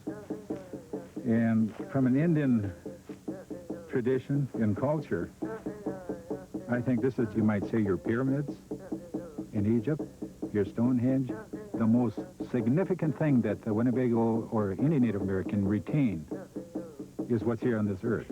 And it affects different people different ways of the feeling that you have when you walk on this particular site. For the future, we plan on bringing our kids here, getting it back in the tribe. Doug Greengrass is a member of the Wisconsin Winnebago Business Committee. This wasn't possible about 5-10 years ago. Now that we have our casinos rolling with the money being generated by the casinos, this is made possible. And I think this might be in the future a very significant testing ground for our own Winnebagos to reclaim the things that they've lost. I don't mean in material things, but I mean the spiritual being of being an Indian. Around the turn of the century, the Winnebago elders urged that an anthropologist record their oral literature before it was lost. And that provides us with the real insights here. And therefore, it opens up all these doors to new vistas on the past. In an out-of-the-way rock shelter, in a tiny little valley, the tributary of the Wisconsin River, these are here. There are many examples of rock art in the Anasazi area and throughout the American Southwest. Nothing as fancy, nothing as elaborate, nothing as meaningful as these paintings has been found in the upper Mississippi Valley. These rock art pictographs were painted on the wall of this cave north of Muscoda about 1,000 years ago. But the figures correspond to a Winnebago legend that is still being passed down. The key question for an archaeologist is, who created these? Our excavations were designed to provide us with dates, and we can date these paintings to between 900 and 1000 AD. Right now, our best candidate for the artists is the effigy mound occupation here. We know that the people who built the effigy mounds in Wisconsin made a distinctive style of pottery, and we have abundant examples of that style of pottery here, going all the way down to the deposits that are associated with the paintings. And if the dirt ties in with the paintings, then perhaps the ancestors of the Winnebago can be traced here back as early as AD 350, which would be something remarkable if we could do that. There's more than 40 paintings altogether, but this particular group of figures is the most fascinating of all. The legend of Redhorn is part of that body of oral literature that is thought to be true. It describes events that could really have happened, carried on by normal people rather than gods or deities. Directly beneath this composition of figures, we found small fireplaces, repeated burnings in our excavations. And when we held our floodlights down to simulate the light coming from these repeated burnings, the floodlights illuminated the wall here. In my mind's eye, I have a vision of an ancient Winnebago teacher sitting here in front of the paintings with his students sitting around the fire as the teacher uses the paintings on the wall much in the same way that I use drawings on a blackboard to illustrate and dramatically drive home the point that the legend of Redhorn is making. In Winnebago oral literature, Redhorn is a key figure in his people's victory over a race of giants. One of his wives is a red-haired giantess who aids in this defeat. One of the reasons why it's so important is that there is abundant evidence of conflict. Anthropologists recognize that at times of such social stress, many times people turn to artistic expressions of their ideology as a way of preserving them somehow, as a way of literally writing them in stone, or in this case, painting them on stone. Salzer says the Redhorn legend is important to Winnebago people because it defines their relationship to supernatural beings and identifies the role human beings must take to preserve themselves in this world. Now, what's surprising here is that a legend that had been handed down by word of mouth by Winnebago people can be traced back and dated to at least 1000 AD. Which is really remarkable because it's mute testimony to the historical integrity of the literature of the Winnebago people. If this particular group of figures can relate to a legend, then perhaps other rock art along the Wisconsin River Valley can relate to other legends. Major conduit of people and of ideas for at least 12,000 years. With all the traffic up and down the river, perhaps the Winnebago people and the ancestors of the Winnebago wanted to hold this away from the major arteries, wanted to keep it for themselves rather than to have strangers viewing the paintings. That might be one of the reasons why this rock shelter was selected as a special place. The isolated location that has protected the cave's treasures for 1,000 years was finally and shockingly overtaken by technology in early 1994. My initial reaction was absolute disbelief. I'm a scientist trained to believe in objective data, and I looked at the destruction and I said it can't be. A misguided attempt to use a cement saw to remove the rock art, presumably to sell it to the illegal artifacts market, has changed forever what could have been learned at the site. It's too bad because we've lost a lot of research, but would have also lost a very real part of a Native American shrine. The site is now being closely watched, but Sulzer says that public education about the significance of rock art will afford the best long-term protection for other works. You see, there's much more in these paintings than we have yet identified. I think that we'll probably be studying these paintings for generations to come. This destruction could serve some useful purpose and not be so depressing. If we can get the level of funding necessary and the public awareness necessary to be able to locate all remaining rock art sites in the state, monitor them, protect them, then maybe this priceless public heritage, and Native American heritage especially, won't have to go through this. All over North America, wherever we've looked, we've found rock art.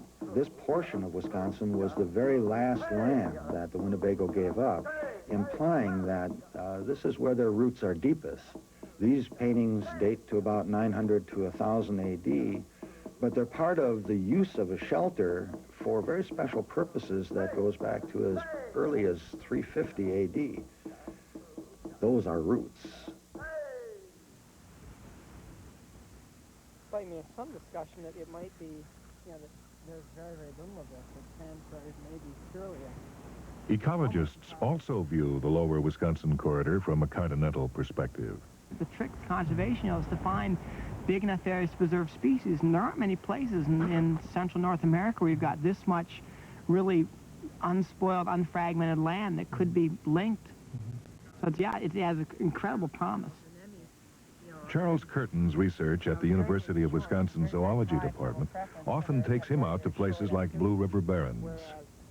What's so exciting, to my perspective as a ecologist, about the riverways that you've got, you know, 30 or 40 miles of land that's undeveloped, yet at the moment uses aren't ideal for preserving species, but there's real potential to, with very little effort, to restore them to be very viable communities. This animal's called a race run because they're incredibly fast. This is an adult female. This animal is, you can tell it's female because males often have a bright blue coloration on the underbody. This is a fairly typically sized adult. This is probably a 3 or 4 year old animal. They don't live much longer than 5 or 6 years. These animals extend all the way down into Texas and the Carolinas, almost to Florida. It's remarkable that these hot, dry environments actually have more in common with environments you find hundreds of miles south of here than they do with, say, you know, an oak forest you might find, say, a mile from here. For many reptiles and insects, the lower Wisconsin is the extreme northern edge of their range, but their habitat is at its opposite extreme. You know, this is the southern extent of the Barrens, and most of them are farther north, you know, almost to Lake Superior, really. They don't have a lot of these southern species like this. This is really, these river barrens, these old sand terraces here along the Wisconsin River are really unique in that sense, and that they've got this, they're different than the ones up there because of things like the race runner. A typical year for this Wisconsin lizard involves only 3 months of activity, then 9 months of hibernation spent in an underground burrow. Down south, they can lay a couple of clutches of eggs a year. Up here, they really can only get off 1 clutch of eggs. It's a fight for them to, after they hatch, get enough food stores so that they can survive the winter. Often, while the adults go under, and by the end of August, the young often will be out through beginning of October trying to gain enough food stores to make it through the winter. They are, again, adapted to very hot climates and rely on their speed to catch insects. They're basically a predatory lizard. And where they exist in quite high densities. Over 150 race runners live at another mini-desert along the lower Wisconsin, the Nature Conservancy's Spring Green Preserve. In contrast to the nearby hills, the red cedar growth has been removed, restoring it to something that looks very much like what the early explorers saw. The Spring Green Preserve is the largest and best sand prairie in Wisconsin, and one of the Midwest's showcase prairie restoration projects. But some of the locals aren't impressed. This is the state's largest remaining habitat for the ornate box turtle. The fruit of the prickly pear cactus and other delicacies provide food. But like many of the Wisconsin desert species, they are in trouble. The box turtles, for example, seem to be experiencing 5 or 10% population loss a year. So you can, it doesn't take much math to figure out that it won't be long before many of them are done. In a lot of cases, they're probably just hanging on from the days when the habitat was more extensive, especially for long-lived things like box turtles. And because they occur there now doesn't mean that the habitat is sufficient for them. Unaware of their plight, ornate box turtles continue to live out their life cycles. Charles hopes to see changes on the lower Wisconsin which will ensure that other species survive. There's tremendous opportunity along the Lower Wisconsin Riverway to restore these sites. There are vast areas of, for example, sand prairie that are covered again with the pine plantation. The pines, talking to some state foresters, were too far from the mills to really make them commercially viable, so people really aren't making money off them. For many of us, a pine stand is a thing of beauty, but an ecologist asks, at what expense? There are many pine forests in Wisconsin, but few desert habitats. Center pivot agriculture once seemed the ideal solution to reclaiming wastelands. But now we're finding these are unique ecosystems with a beauty and purpose of their own. Yeah, this is false heather. I'm a specialist in dry sites and sand dunes. But a lot of Wisconsin was covered with little blue stem at one time. You can still find it in remnants all along in the sandy sites along the river, roadsides. In the European are cool season grasses. They're active in the spring, and then about midsummer they die off and the native stuff takes off. And so by this time of year you see a habitat that's dominated by the little blue. You can see the silver of the seed heads. That's all that, and the reddish color. Curtin says this barren is reminiscent of what he normally finds in western Kansas, eastern Colorado, even the deserts of Texas and Mexico. You often find similar families of species here in these Wisconsin deserts. You know, that's an indication that something's still here, that it's a unique site, and that there are species adapted to this sort of environment, that when this environment disappears, those species are going to disappear, and as well as species that we probably don't even know.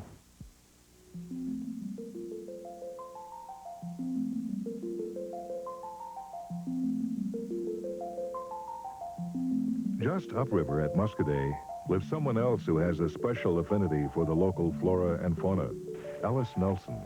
Me and my dog comes down here quite a lot, and I see a lot of owls and one thing and another further down in the bottom here, and it inspires me to build things really like that for owls and try to capture the beauty of them in metal.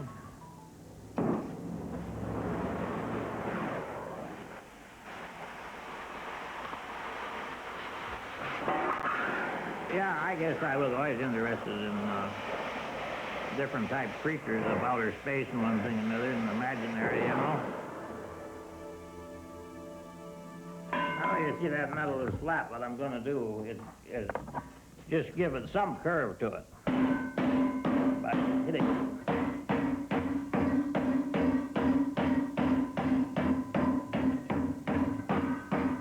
So now we're going to go to a machine that I made up here.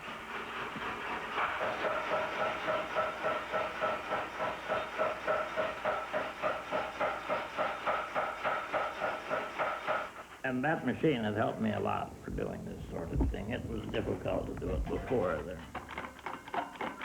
Now I'm going to build a head for it. I think at one time when I first started in, I just started building them. Now I usually kind of visualize what I'm doing before I even start at it, and I know just about pretty close to what it's going to be when I get done with it.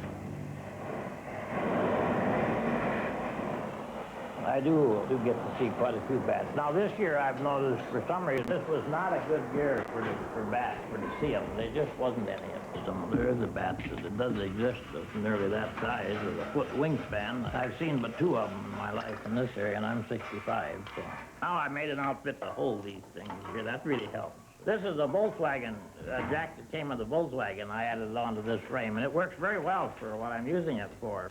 I'm going to bronze that head on there. We had this gas station. Me and my brother started out back in 1948. I used to repair cars even while he was here, and then when he was gone, I had to start doing the gasoline and everything, and I didn't care for it. I started 8 years ago building these things. Yeah, I used to do both for a long time. And the first thing I built was a big dinosaur, so I told my son, I think I'm going to build a Sinclair dinosaur in the shape of the oil company's dinosaur, you know. I had it out in front. There wasn't no time at all. So I had newspapers coming to see me. And then Ted Turner in Atlanta had it on in the afternoon. The reason why I shaped those wings in this position is that if you suspend this from a real light cable, with the wings as they are, this thing will constantly keep moving in the wind, just constantly. This could be considered done, but there's no end to it. Now I can put a tongue on that. And if you'd like to have me do it, I would do it for you. It don't take but a minute. I guess that's what's interesting about art is you can always do something that makes it interesting, you know. I'm saying that within the last year and a half that I'm satisfied with my art. I mean, getting satisfied, but I learn every day, I mean, different things. There, I think we got that pretty good right now.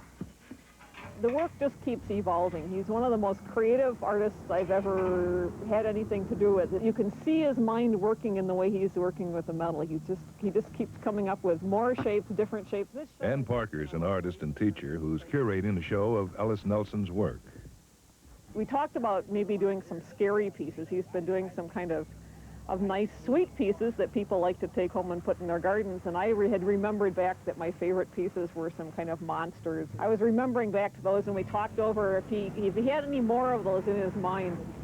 You've got some really interesting, scary details on this one. Yes, right there. It's really one of the most impressively scary pieces you've done. I do like to build the Grim Reaper.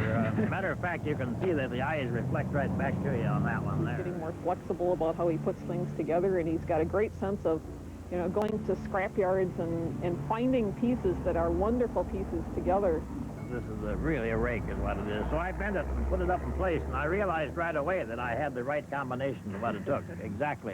It done something to the depth of it, and that was very important to it. It just needed that. This is an especially scary hand. I used bolts welded onto these burrs and bring them out like that. And these fingernails, if you could call them that, are from a circular saw that they replaced the teeth on them in the big sawmill. Sawmills got a lot of these. They got 5-gallon pails full of them, really. Now, did you ever made legs out of chains before? Not really like that. It does make a nice sculpture, this chain does. I think his work is really getting stronger over the years. He's simplifying forms. He's so technically clever. What I did, I added one of these. Just made one, and I added it. And yeah, that's kind of an Elvis Presley hairdo to it. Yeah, well, that's right. It is.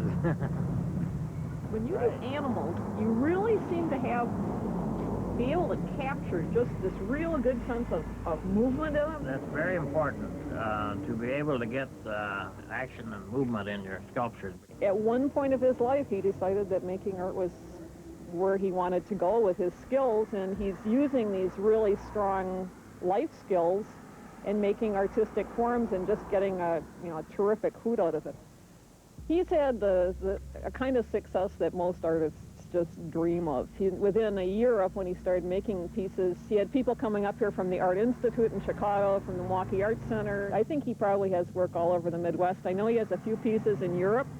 I can see a great improvement on my later models than my earlier ones, but then again, everybody liked those big crude ones I built, so who's to say which is better, you know, really. Ellis Nelson is part of a long tradition of creative people inspired by the beauty of the lower Wisconsin. A unique vision among a variety of expressions which reflect the diversity of the river itself.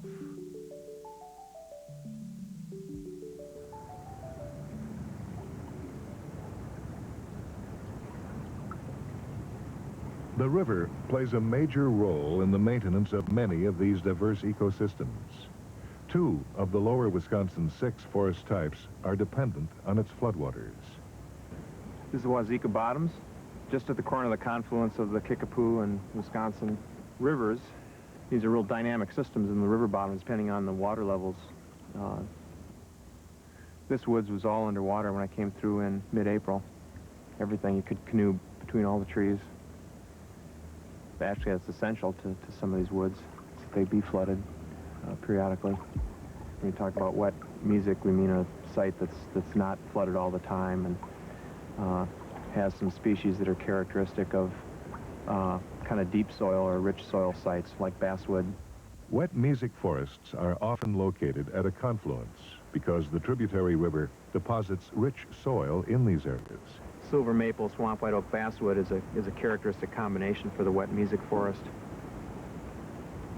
But this is a real gem. This is one of the highlights of the lower Wisconsin in terms of natural areas. The natural areas program in Wisconsin has been going for 40 years now. And the goal of that program is to save representative tracts of land from all the native communities in Wisconsin. With the Riverway, there was an increased push to protect those best sites down here, so it became a priority. Initial plans for the Riverway did not include the Wazeeka Bottoms as the representative wet music forest. The one that they had selected really was much smaller and had more disturbance in the past. And people weren't used to thinking big. You know, it's like a big thing is going to be hard to do, so let's just protect this one that's already in state ownership. Small, much easier, but it was being considered for logging, of course, so it was protected just in the nick of time. This is a tip-up tree that's naturally blown over, and it's characteristic of older forests. In fact, those mounds that are left, as the tree decays, the mound will stay there to some extent. It'll take a long time for the mound to go away, and there's oftentimes those mounds will provide seed beds for establishment of certain plants that, especially trees, that might get, say, flooded out otherwise. And one thing we look at when we're trying to evaluate whether a woods is high quality or not is you kind of look at the sizes of the trees. For example, here you've got trees of just about all sizes, including some large ones. So this indicates the forest has been sort of rejuvenating itself over a long period of time. You also have a lot of, like I mentioned, dead trees, naturally fallen logs from old age and wind throw. It indicates that there hasn't been a big disturbance like a logging cut. The logging will be a part of the Riverway, but there are a lot of other sites that probably could handle some logging, get some return, and provide some wood products, but to be done in a way that's not going to compromise the integrity of the forest or the Riverway. The forest of the Wazeeka Bottoms holds a special beauty for a naturalist's eye. But this isn't the only reason Mike Mossman comes here. It's really much less human use down here, I think. I think the stretch from Boscobel down only receives about 12% of the use compared to the about 65 or 70% on that upper third of the river. So it's a favorite place of mine. Another person who appreciates this stretch of the lower Wisconsin is Richard Welch. He's been living in the Boscobel area since he was 4 years old, and he's been an innovator in creating recreation opportunities for people with disabilities. I chair the Disabled Advisory Council, or DNRs. There's no set pattern or way that works best in all environments, particularly on a river environment like this, because the water was probably over this several times this year. And to put in a permanent type structure, it might not last. But see, this blind here, I helped the department design this. I kept it wide enough. They're built so that we've got turning radius in a wheelchair. The Lower Wisconsin State Riverway Plan is being implemented at a time when Americans are trying to provide persons with disabilities access to a wide variety of life activities. I do a lot of duck hunting, but very, very seldom doing duck shooting. Ducks are one of the ultimate challenges. God made them fly too fast. Providing access to undeveloped areas often makes environmentalists nervous. Richard also has strong opinions. There are just certain things that have to be done because there's no compromise. And I mean, there would be no way of getting here without that walkway. It's a minor concession to make in a project this large. And there will be more of them. We'll be identifying over the years on each property the places where it's possible, but still sensitive to the aesthetics and the environment, and nobody wants to rip and tear everything up, you know, just so we can get there. The Disabled Advisory Council has brought about changes in laws which allow disabled persons to hunt from dams, piers, and breakwaters. These places of easy access used to be off-limits. And it was just one of those things that had been on the books for years and years, and no one had ever bothered to take a look at it. And a lot of these things have to be looked at again, you know. We're discouraging the use of platforms and structures in the river environment as much as possible. Here's some ducks right up here. There we go. There's a couple of woodies. The council encourages programs that team up disabled hunters with what Richard calls the able-bodieds. There's even a special deer season for these teams in early October. The traditional gun deer season that we have now in November creates a lot of problems, particularly with people with mobility impairments. We're usually very thermal sensitive. You have frequent snow cover where you can't get out into the woods and the fields. We're bringing people out of their homes where they didn't think that they could get out again. You know, they just never had the chance. Now we've got people that can go out and help them, like you're sitting with me now. And those are all hard things to find in November when the people you know that hunt are out hunting, you know. There's 3 ducks right up here. Oh, yeah. Great. Well far out. Those are mallards. There's a big greenhead on the right. We're not a real radical bunch. We need the accessibility. As a matter of fact, it's mandated now by the Americans with Disabilities Act. Even so, Richard feels strongly that places like the lower Wisconsin shouldn't be overly developed. On more than one occasion, he has advised the DNR to scale back on an excess project. I said, well, now just a second. What do you do for the able-bodied people? I mean, what do they need telephone? You don't do a telephone? Well, what if one of you got hurt? I said, look, we're no different than the next person. And as far as porta potties, I said, when people are out in the wilds, what do? You don't put in porta potties for them.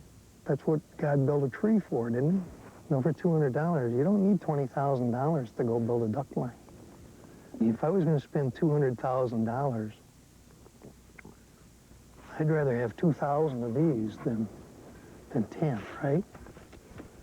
You got to spread these opportunities around.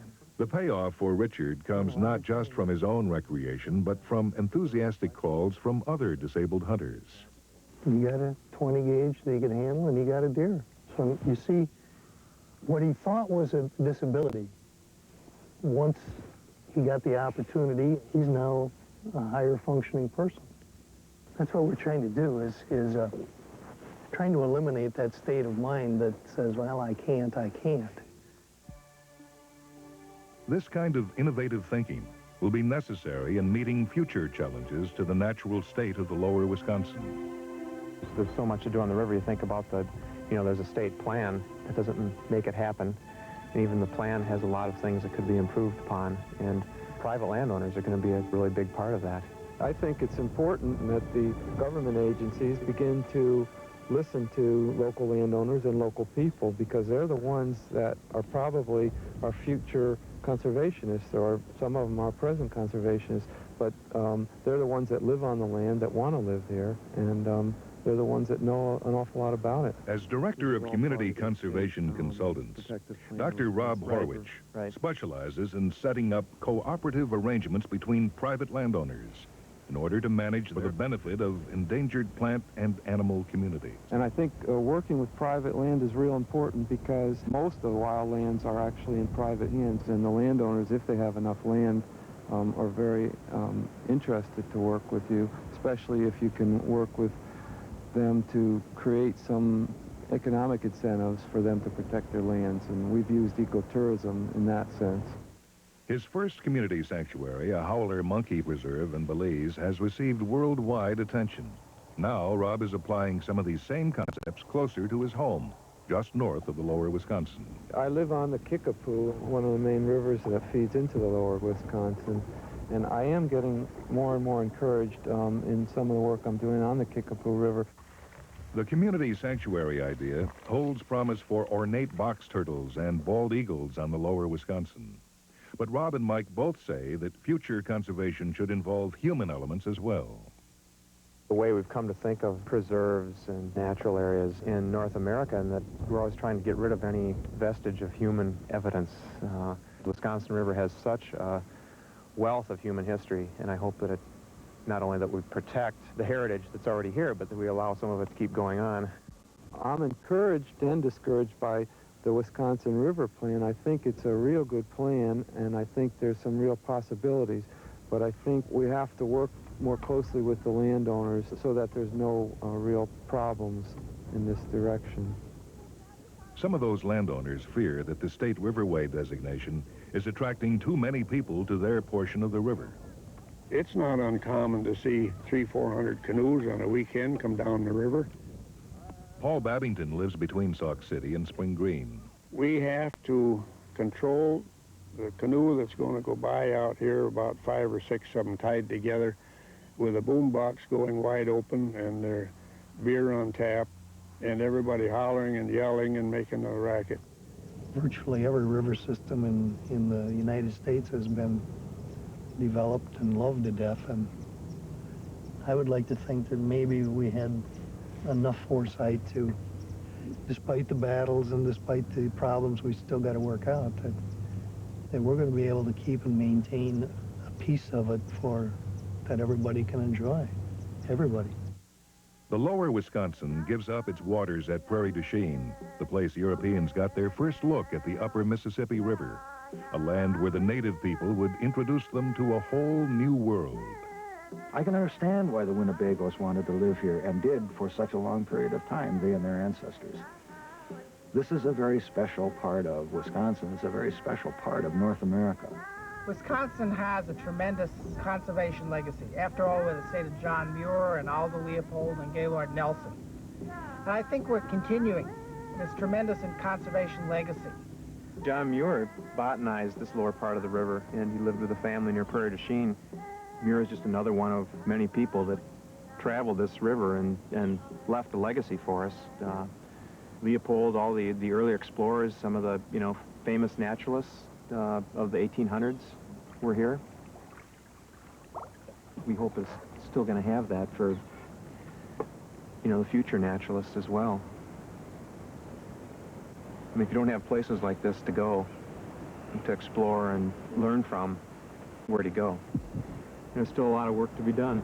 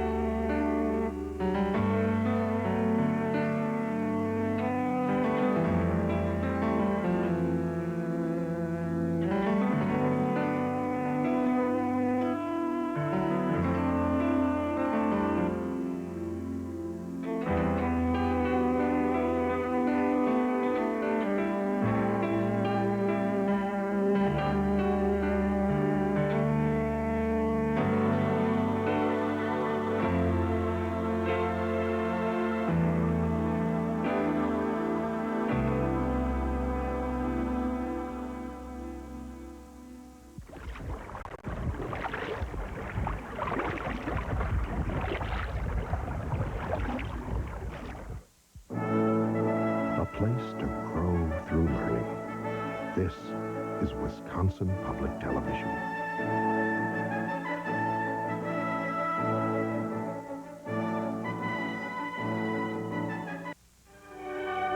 Just paging through Airwaves magazine, we find out tomorrow morning more World War II. Victory at Sea, the greatest naval battle of the Pacific, is going to be replayed for you, and that's at 10 o'clock tomorrow morning. Victory at Sea, if you enjoyed the program tonight.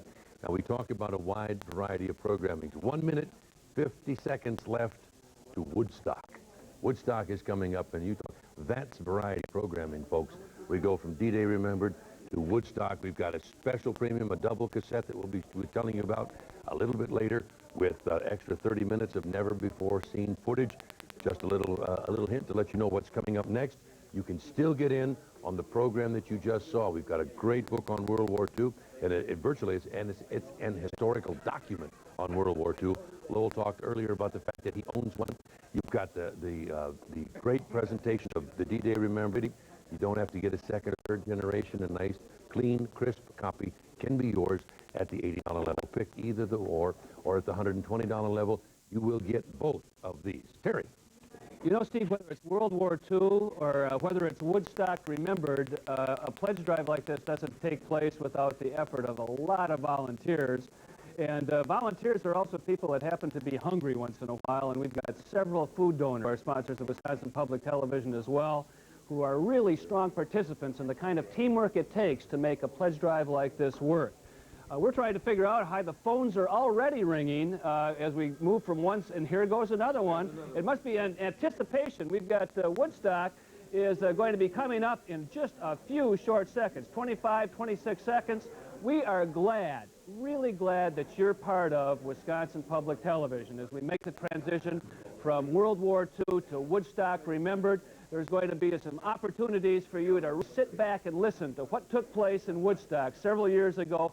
Just go ahead and take a quick break now and come right back to your station there and watch Wisconsin Public Television and enjoy. Yeah. We'll be here to take your pledge if you would like to call during the program. Programming support is provided by Group Health Cooperative HMO, a nonprofit cooperative HMO providing health care services to members throughout Dane County.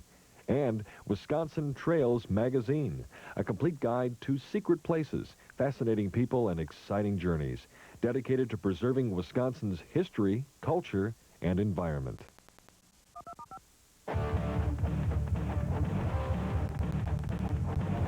You're watching Wisconsin Public Television.